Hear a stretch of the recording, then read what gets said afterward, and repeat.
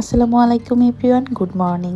সকালবেলা ঘুম থেকে উঠে পর্দাটা সরিয়ে দেখি যে আমার গাছগুলো অনেকটাই মরে গিয়েছে, ফুলগুলোও মরে গিয়েছে। প্রচন্ড গরম ছিল বেশ কয়েকদিন ধরে, পানিও দিয়েছিলাম কিন্তু তারপরও দেখা যাচ্ছে যে ফুলগুলোর অবস্থা খুব খারাপ। তাই ভাবলাম ঘুম থেকে উঠে আগে আমার সব গাছগুলোতে একটু পানি দিয়ে নিই। আর বাসার অবস্থা একদমই খারাপ, আমি কোনো কিছু গুছিয়ে রাখতে পারি না, কারণ একদিক দিয়ে আমি গুছাই আর রুশবা অন্য দিক দিয়ে সব এলোমেলো করে ফেলে।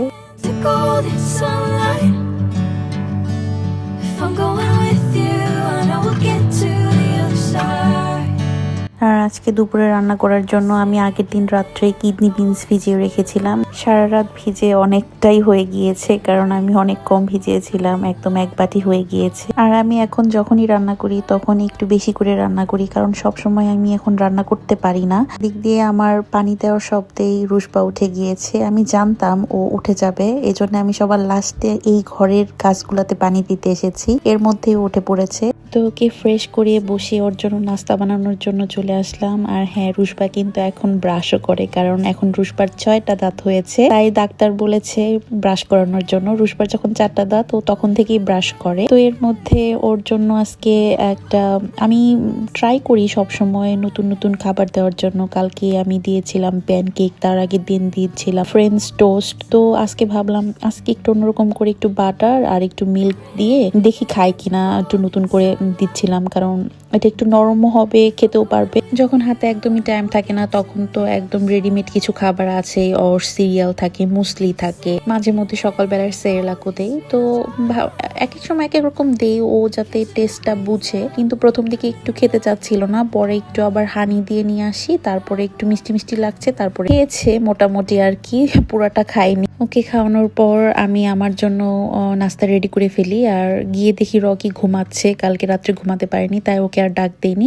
তো আমি আর রুশবাসকে একই নাস্তা করেছি, একটু মিল্ক আর বাটার দিয়ে ব্রেড খেয়েছি, কিন্তু রকির ল্যাকটোসের প্রবলেমের কারণে আর এটা দেইনি। আমি ওর জন্য রুটি আর ভাজি দিচ্ছিলাম। তো এই তো একজন একজন করে সকালের নাস্তা বানাতে বানাতে খেতে খেতে আমার প্রায় দুপুর 12টার মতন বেজে গিয়েছে, কারণ আমরা আজকে উঠেছিও অনেক বেলা করে, ঘুমিয়েছিলাম, খেলা টেলা দেখে অনেক রাত হয়ে গিয়েছিল। তো বিশ্বকাপের সময় একটু রাত হয়। আর এই যে রাজমাটা যে দেখাচ্ছিলাম সেটা রান্না করে ফেলেছে, রকি করে ফেলেছে, আমি আর করিনি, কারণ রুশবা 12টা 1টার দিকে একটা ঘুম দেয়, ওর সাথে আমিও ঘুমিয়ে গিয়েছিলাম। তো উঠে দেখি রান্না করে ফেলেছে, আর আমি একটু সালাদ করে নিলাম। তখন প্রায় 3টা নাকি 4টা বেজে গিয়েছে।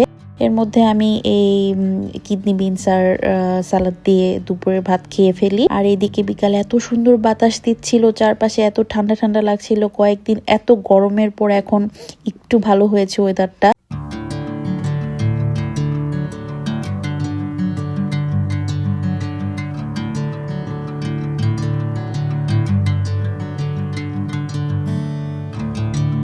এই তো রকি একটু বাইরে গিয়েছিল, বাইরে থেকে এসেছে, এখন বাবাকে পেয়ে তো এখন আর আমাকে ভুলে যাবে, এখন বাবার কাছে থাকবে। তো বিকেল বেলা আমরা একটু চা কফি খাই। রকি বলছিল যে সাথে একটু কেক করো, তো আমি ঝটপট একটু তাড়াতাড়ি করে কেক বানিয়ে নিয়েছিলাম। আমি আমার মতন করেই করি, কখনো ওইভাবে আমি এত ভালো বেকিং পারি না, আমি সবসময় যেভাবে করি ওইভাবেই করে ফেলছিলাম।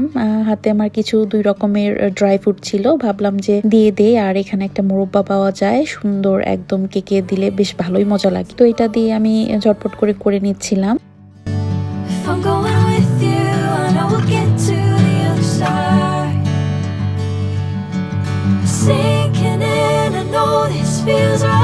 রান্না করার থেকেও সব থেকে বড় চ্যালেঞ্জ হলো এই সব কিছু গোছানো। দেখেন, একটা জিনিস করতে নিয়েছি আর সব এলোমেলো হয়ে গিয়েছে।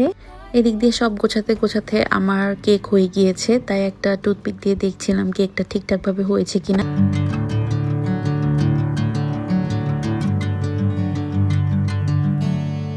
এই তো সুন্দর হয়ে গিয়েছে। এখন কেকটা স্লাইস করে আর এদিক দিয়ে একটু কফি বানিয়ে নিয়েছি। কেকটা খেতেও মজা আর খুব কম টাইম লাগে, তাই মাঝে মধ্যে একটু করি এই কেকটা। আমি সবসময় বাটার ইউজ করি, একদমই অয়েল দেই না কেকেরতে, এই জন্য অনেক সফট হয় আর অনেক বেশি মজা হয়। আর এইদিকে আমি আর রাত্রে কোনো কিছু করিনি, রকি বলছিল যে রাত্রে আমি রান্না করব।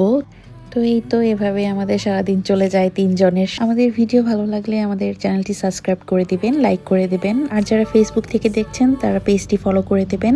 তো সবাই সুস্থ থাকবেন, ভালো থাকবেন। আজকে এই পর্যন্তই, দেখা হবে অন্য কোনো ব্লগে। আল্লাহ হাফেজ।